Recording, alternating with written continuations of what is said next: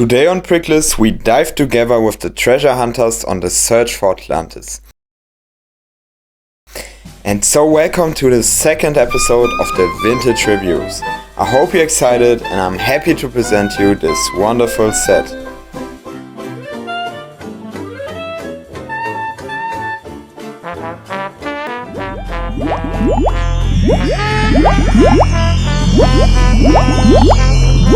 Welcome to the year 2010, where there are themes for every LEGO fan. Besides LEGO Atlantis, we also find the Space Police, as well as the Power Miners, a fantastic LEGO Star Wars series, LEGO SpongeBob, LEGO Toy Story, even LEGO Pirates. You cannot stop counting, there were just too many great theme series in this year. The series we look at today is LEGO Atlantis though. LEGO Atlantis follows a troop of treasure hunters who are trying to find all the treasure rings to open the gate to the city of Atlantis. In the comic we get a little preview of the set that I present to you today, and we get a glimpse of the portal that leads the treasure hunters to Atlantis. The set is called Exploration Headquarters and has the set number 8077. It was designed for 7 to 14-year-olds and consists out of 473 pieces. The original retail price was $49.99, which is a part price of $10.6 per piece. The set also comes with 3 minifigures. Meanwhile, you can get the set in new condition on Pricklink for around $120 and in used condition for about $44. What makes the set special is on one hand the transformation possibility from headquarters to submarine, and on the other the inclusion of one of the 6 treasure rings scattered throughout the 24 Atlantis sets, which in the lore serve to open the portal of Atlantis.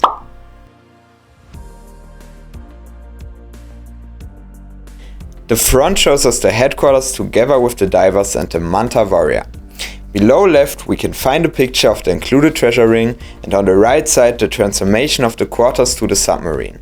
On the side of the box we can see the picture of the front in mini format, and on the left advertising for the LEGO Club. Above are the 3 minifigures nicely presented.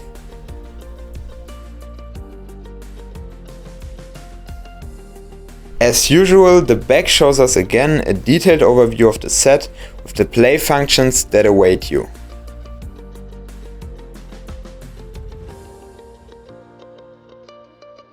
Okay, now let's open the box together.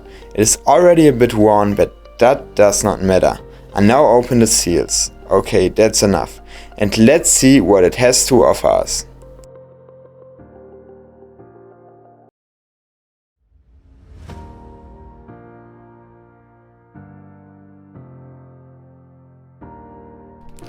The box comes when we open it with 4 numbered bags, 2 building instructions where I show you a few more special features, and a sticker sheet. The instructions are a bit wavy because they have been in the box and on the shelf for so long. Let's see what it has to offer. What I wanted to show you was here, for example, what I find cool is how the other sets of the series are shown. Here, for example, you can see the portal of Atlantis.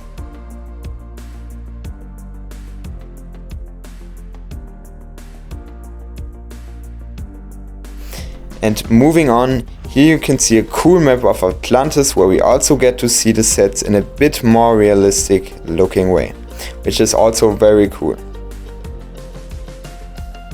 Now we want to build the set together and see what the headquarters has to offer.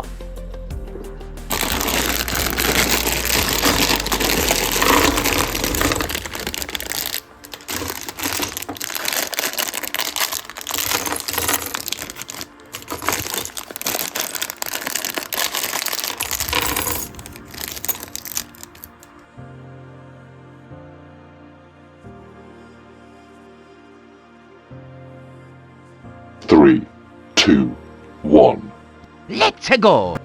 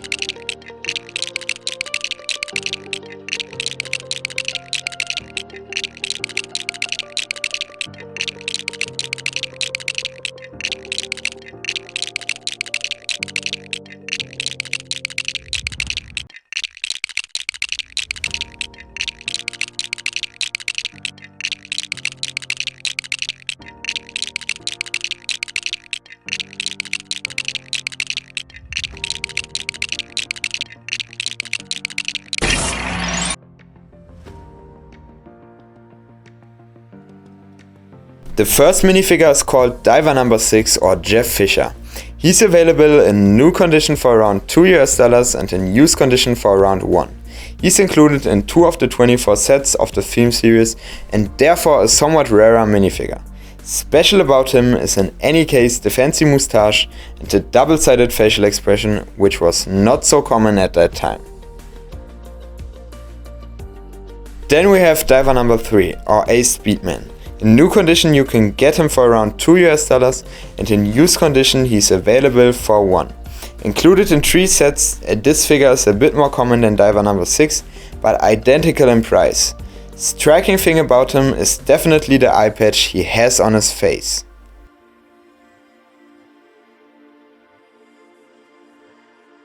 At last we have the Manta Warrior, which you can get for around $3 in new and $2 in used condition. He's a bit more common in the Atlantis sets and is even available in 4 sets, plus in 2 books and a magnet set. Especially the rubber headgear stands out, which was very revolutionary for the time and also looks very good. Nevertheless, he remains an army builder figure and is therefore not a rarity. Now that we have the minifigures out of the way, let's take a closer look at the headquarters. It has these green neon colored windows that you can open to look inside the headquarters.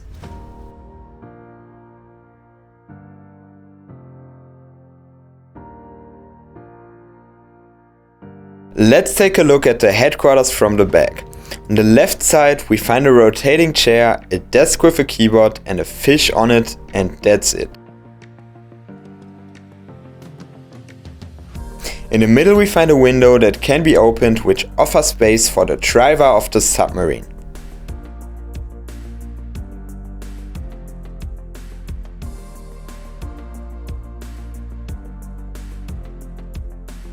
Then on the right side we have the laboratory of the set, which is equipped with a treasure hunter, a treasure map and 2 monitors and a cup. Below we have a small repair bay where we can attach the small diving mobile, which I will introduce to you in a moment.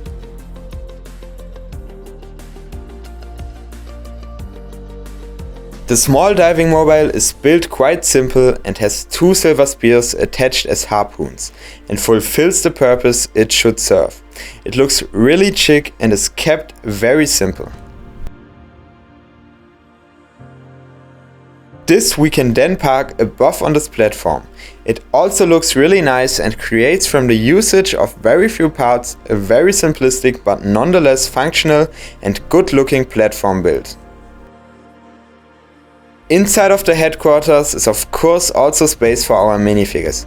I find this mix of red colored parts that are so prevalent in the Atlantis series and the neon colored parts very pleasant. The set also looks in itself just really nice. The coolest feature of the set is this one though. No, it is not a transformer, but the headquarters are simply transformed into a submarine. The submarine itself also looks pretty complete and has no gaps except on the bottom a small one, and also looks really good. It could also have been sold as a standalone submarine. It fits the other builds of the series very well. On the back are also 2 torpedoes that can be fired attached. The submarine is attached, by the way, on these 3 supports here. You simply just have to lock them into those 3 openings underneath the submarine and they are just laying loosely on the support beams.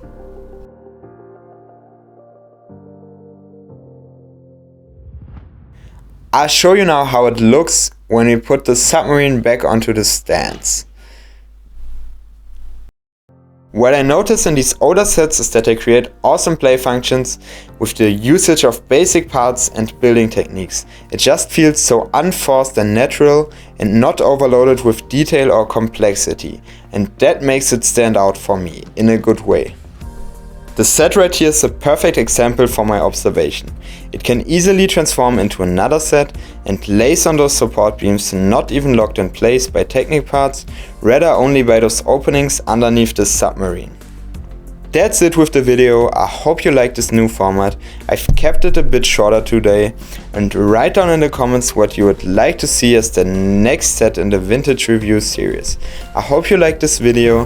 If you did, leave a like to show your support. And that was it on Brickless for today. I wish you a nice day as always. See you in the next video. Bye.